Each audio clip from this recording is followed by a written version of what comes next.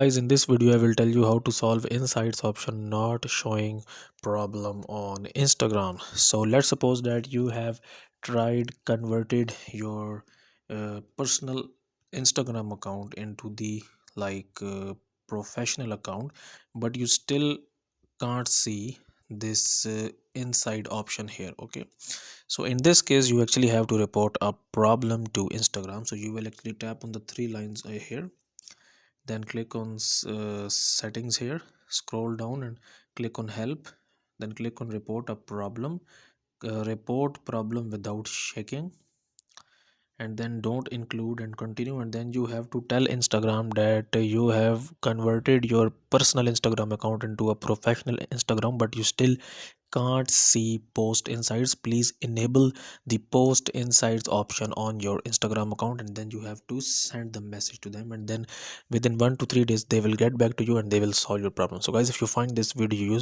useful, kindly like this video and subscribe to my channel, and I will see you in the next video.